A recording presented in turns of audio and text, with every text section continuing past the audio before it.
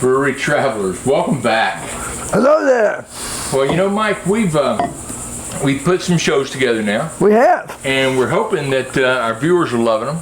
We're hoping that, and we're hoping that they're enjoying some of the beer we're highlighting. Well, you know, but one of the things we agreed in the opening video. Right. This show was about the brewery. That's right. Not just about the beer. That's absolutely right. I think we stuck to that, Mike. We have stuck to that.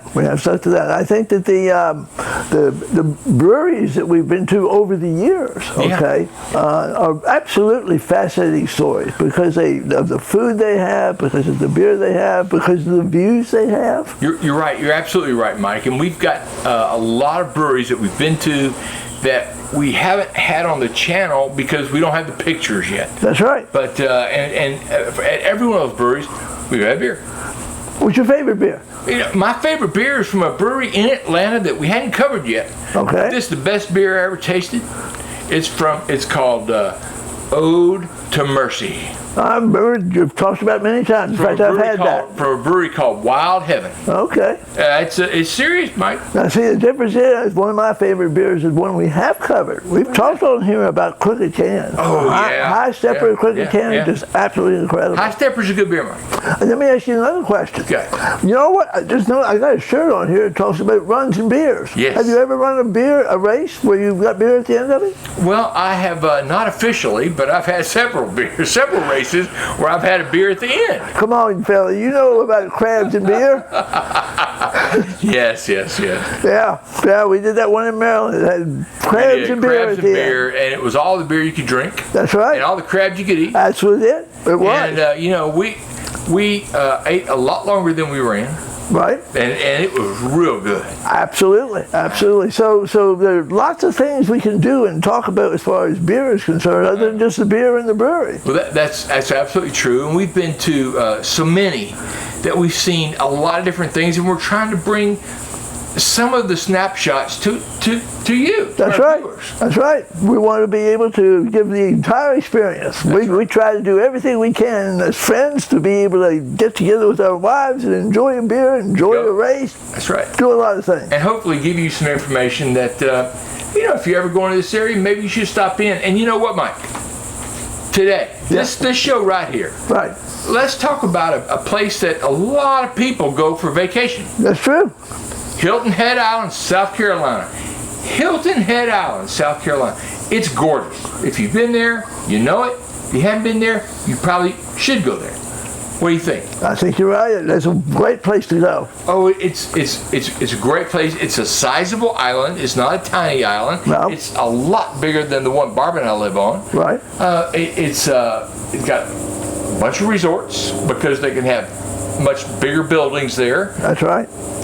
And they have a brewery. I bet they have more than one. Well, you know, on the island, there's one, Mike. Okay.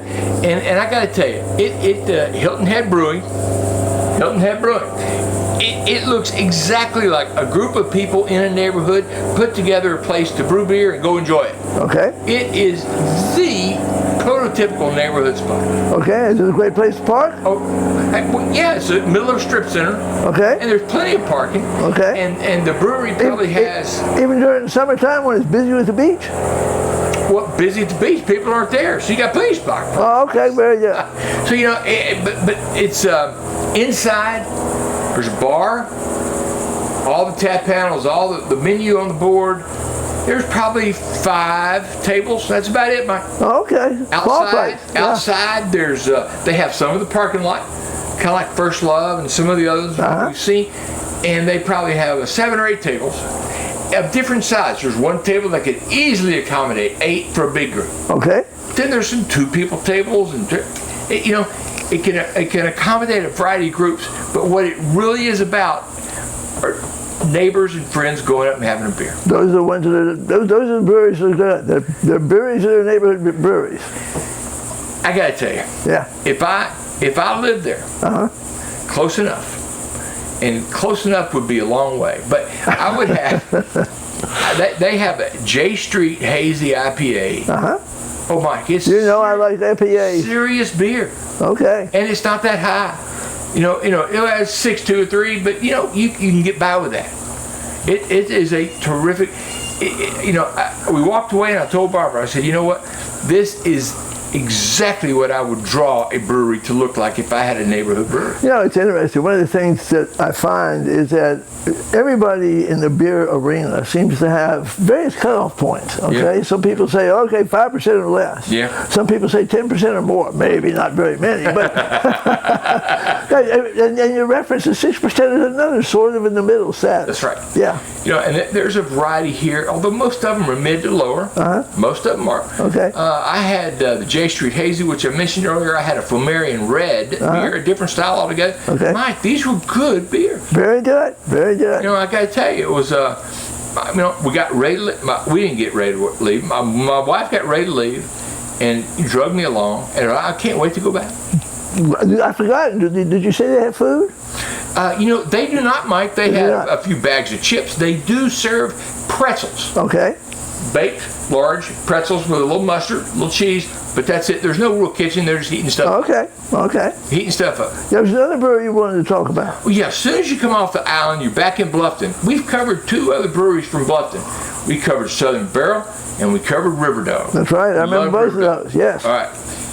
But there's a third one in Bluffton. It's just off the island. It's called Lot 9. Right. And I don't know exactly where the name comes from, other than their location is in a smallish industrial park, and they probably are in Building 9. Right. But it was a new brewery.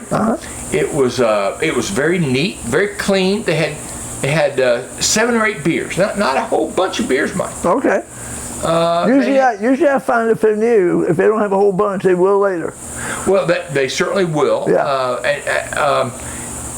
The beers we had there, real good. The single beer I had there blew my socks off.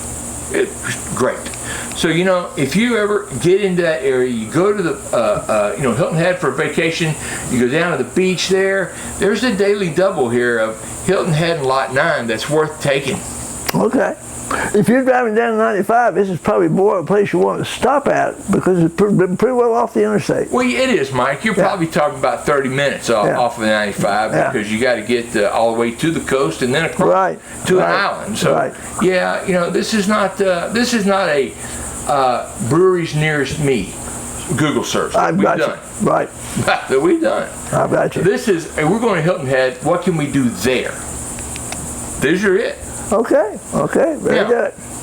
Now, we got some football to talk about. Hey, we're into what will now be week 5 That's right. of the football season. That's right. And so it's time for us to pick some more teams for us to choose among. It's also time for us to pick some breweries at locations where those teams have their homes. That's right. All right, so let's get started with, why don't we do West Virginia, Texas this week? West Virginia, Texas, and you got Austin, Texas. And being a Texan, I got to tell you, that is the capital. Yeah. And you got Morgantown, West Virginia. Right. Which is an interesting place. All right. I mean, if you're around Maryland, that Morgantown is up there in the north side, close to Pennsylvania. Oh yeah. Heck yeah. They got the backyard brawl not long ago. That's a big game. Pitt and West Virginia. Absolutely. Oh yeah. Absolutely, yes. Now I think another game we should do, Mike, because in honor of your Jayhawkness. Gotcha. Iowa State, Kansas. Iowa State and Kansas. Kansas has been somewhat less than successful in football recently. I tried to do that they beat gently Texas as I could. last year, Mike. Hey, come on. They won 56-10 this past week. So things have to be looking up. Yes. They did. They did. Absolutely. Okay. So Iowa State, Kansas is another good pick. Kansas is in Lawrence, Kansas. Iowa State's up there in Ames. Ames, Iowa. And so the result is I think that's a good pick for the second game. Well, there you go. Going with Kansas. Going with the alma mater. Yes, absolutely. I like it. All right. I'm not picking them yet, though. Well, we got a little time for that. We got time for that, yes. Now, the last game we got is Clemson and North Carolina State.